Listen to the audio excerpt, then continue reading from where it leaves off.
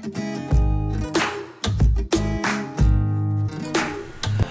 everyone, welcome back to my channel Investor Happy. Halo semua, video kali ini kita akan bahas lagi ya salah satu emiten yang lumayan bagus ya dari segi fundamental dan ada potensi turnaround ya, karena untuk labanya naik ya kalau kita bandingkan secara year to year ataupun secara kuartal per kuartal ya. Oke, sebelum kita membahas, seperti biasa kita disclaimer dulu bahwa di sini hanya sebatas berbagi informasi, bukan ajakan untuk beli ataupun jual di emiten yang terkait di video ini. Oke, dengan kode saham GDST ya, atau Gunawan Dian Jaya Steel. Nah, ini salah satu perusahaan metal guys ya. Nah, oke, kita seperti biasa kita akan lihat dulu untuk laporan keuangannya. Nah, kita akan membandingkan dari per kuartal ya, ini kuartal 2 berbanding kuartal 1, dan kita bandingkan juga kuartal year to year-nya. Oke, per 30 Juni 2002 ya. Nah, ini per 30 Juni. Nah, kalau kita lihat asetnya ini sekitar ini ya 1,8 ya, 1,8 T ya. 1,8 triliun kan, sini udah dinyatakan dalam bentuk rupiah. Jadi kita tidak perlu nambahkan atau mengonversi ya. Nah, oke, dengan asetnya sekitar 1,8, kalau kita bandingkan secara year to year-nya ini 1,5. Jadi naik sekitar 300 miliaran ya untuk segi asetnya sendiri pada 30 Juni. Nah, untuk liabilitasnya ini sekitar 954 ya, hampir separuhnya ya. Asetnya 1,8 dan punya utang 900 miliar. Jadi ya separuhnya 50% ya untuk liabilitasnya, masih oke lah untuk emiten ini. Nah, untuk etasnya sendiri masih sekitar 924 miliar ya. Nah, ini untuk etasnya. Oke, untuk laba, nah untuk penjualannya ini, penjualan bersihnya sekitar 1,2 T. Kalau kita bandingkan secara year to year-nya itu 800 ya dulunya. Di 2001 800, di 2022 ini 1,2. Kalau kita bandingkan secara year to year ini naik sekitar 400 miliaran ya untuk kenaikan penjualan bersihnya. Nah, kalau kita lihat untuk kita bandingkan dengan per kuartal kemarin, kuartal kemarin itu sekitar 400 ya, 487. Jadi naik ya hampir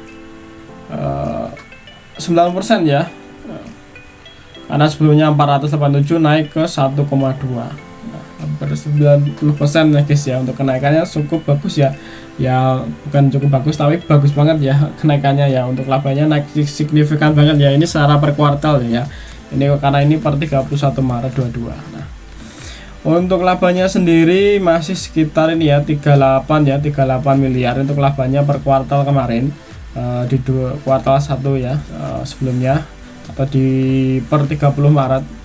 Nah, untuk per 30 Juni atau kuartal 2 ini untuk laba bersihnya sekitar 136 ya, dari sebelumnya 38 naik ke 136 ya guys ya, hampir 3 kali lipatnya untuk kenaikan. Nah, untuk IPS sendiri ini 15 ya, kalau kita bandingkan secara year to year-nya itu 0,65. Jadi ini hampir 15 kali ya, atau 1500% ya kenaikannya, atau 1400-an lah ya, 1400 persen untuk kenaikan dari IPS-nya sendiri ya.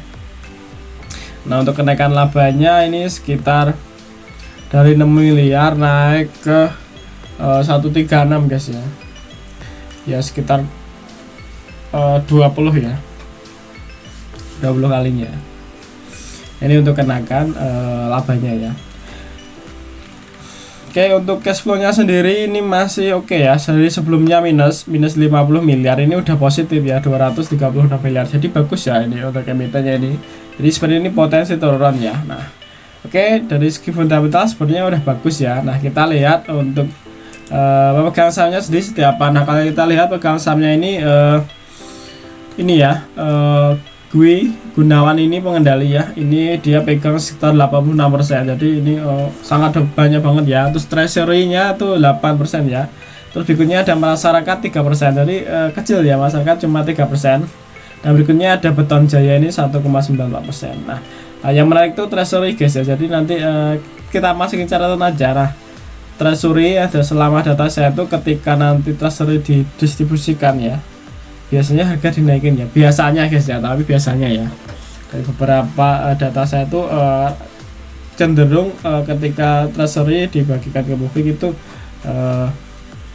harga lebih sering naik ya. Nah, ini kalau data saya, cuma nggak tahu nanti di GDST seperti apa, tapi kita ada notes ya, udah data beberapa emiten rata-rata seperti itu ya, dinaikin dulu baru dia distribusi ya.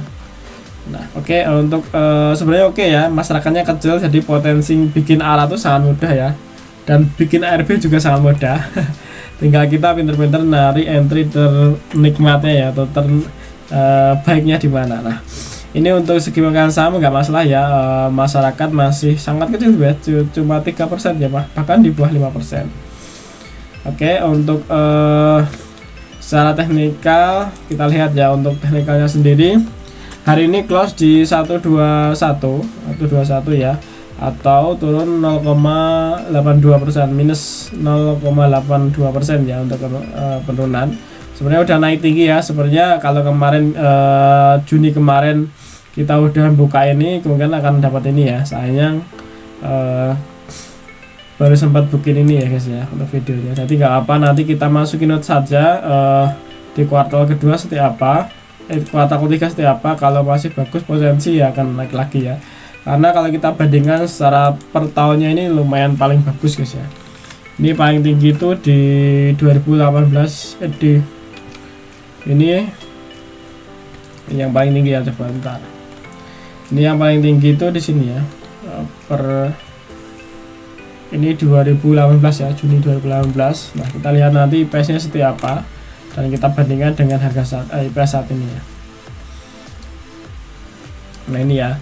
Untuk teknikal sendiri memang ada support di sini ya, support di EMA 20-nya guys ya. Ini sempat main turun terus mantul lagi ya, balik ke open, dan harga saat ini turun tipis ya. Ya, tinggal kita lihat untuk kalau untuk ini sideway mantek ya, atau mungkin bisa ditarik support dari sini ya, turun ini sekalian lah. Karena panah kertas di sini. Nah, ini ada support di sini ya, sekitar di 155, mungkin bisa jadikan support ataupun dinaikin ya. Karena ini sering juga di sini. Bahkan kemarin baru dites juga supportnya ini di arah sini ya, atau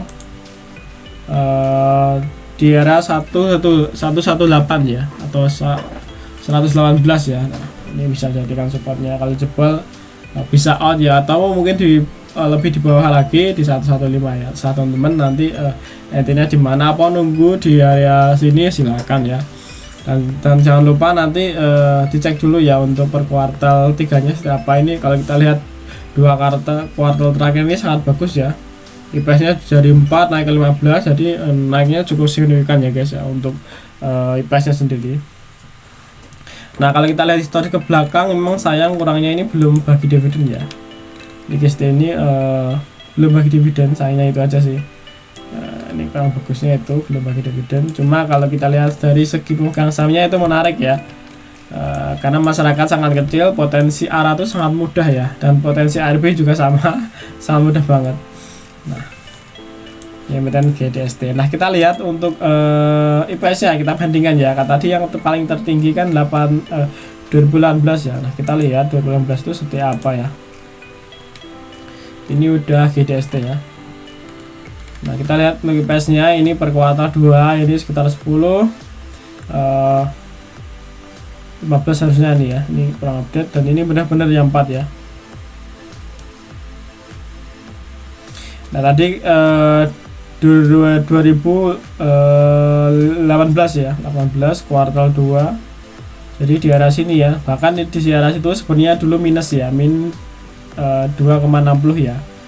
Nah, dan harga saat ini mungkin ini yang paling tertinggi ya dari beberapa tahun ke belakang. Kalau kita lihat beberapa tahun belakang ini udah minus terus ya, dari 2001, bahkan dari 2020 guys ya. Mulai 2022 kuartal 3 ini mulai minus ya, sampai 2001 kuartal 4, dan di kuartal 1 2002 ini baru udah cuan ya. Ini 4, sebelumnya minus min 4, ini udah mulai masuk 4, dan ini udah 10 ya. Jadi sebenarnya ini udah potensi turnaround ya emiten ini. Kalau kita bandingkan secara 4 tahun ke belakang, ini yang paling terbaik ya untuk segi pendapatannya sendiri ya. Nah, kita lihat ini pendapatannya ini ya, dari sebelumnya minus 40, ini 60 ini ya. Nah ke belakang ini bahkan ada minus sekitar 100 nih ya.